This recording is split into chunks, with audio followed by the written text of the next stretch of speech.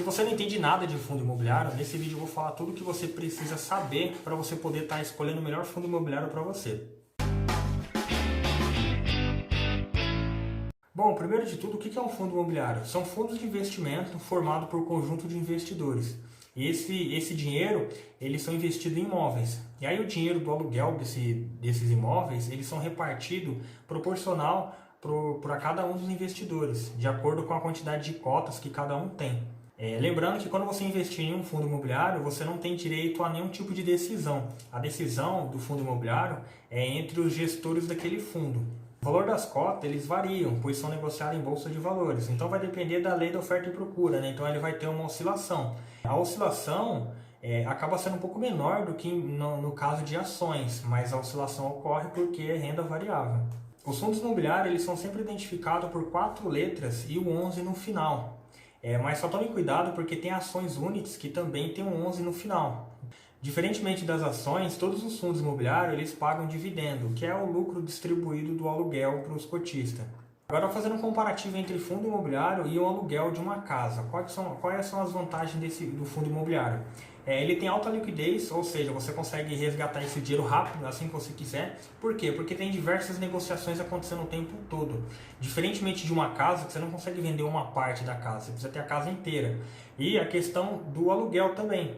A partir do momento que você comprou os fundos, você já começa a receber o aluguel.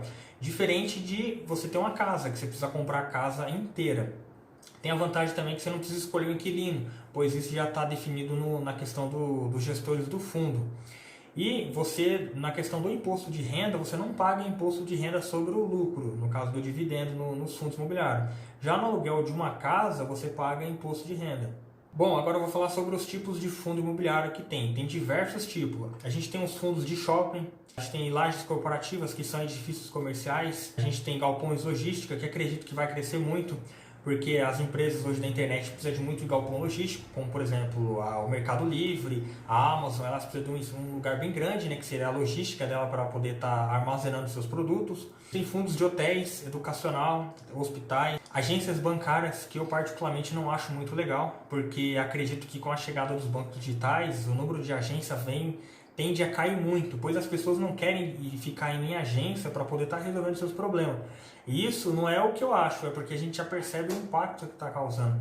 Os grandes bancos, eu vi uma matéria falando que o Itaú e o Bradesco já fecharam algumas agências, porque a agência tem um custo elevado para elas, né? Então tem a energia, tem a manutenção, tem o ar-condicionado que fica ali, tem o pessoal, então tudo isso aí gera um custo grande. E como os bancos digitais estão chegando e não tem nenhuma agência, é uma concorrência bem grande contra eles. Então, eu acredito que esse tipo de fundo não é tão legal. Isso é a minha opinião, mas como diz aqui não tem o certo ou tem errado, tem o que cada pessoa acredita. Então, cada pessoa tem uma filosofia diferente. Tem os fundos de fundos, que são aqueles fundos que investem em outros fundos.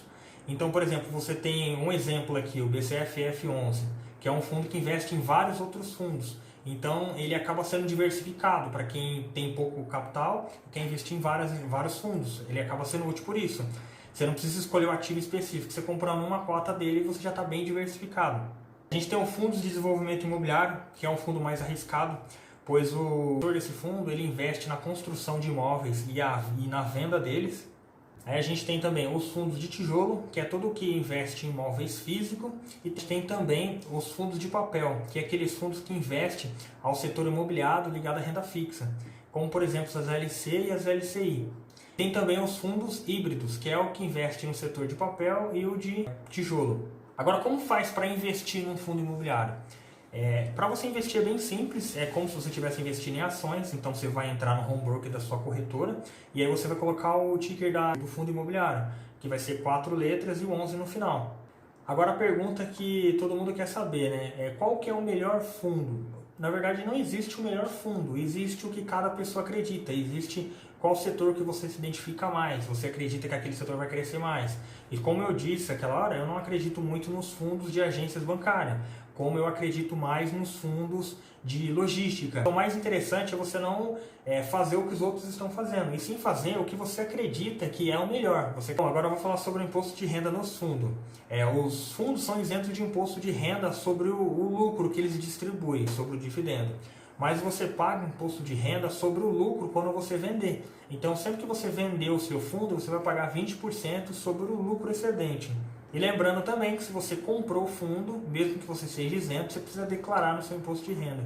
Então é isso, muito obrigado e tchau.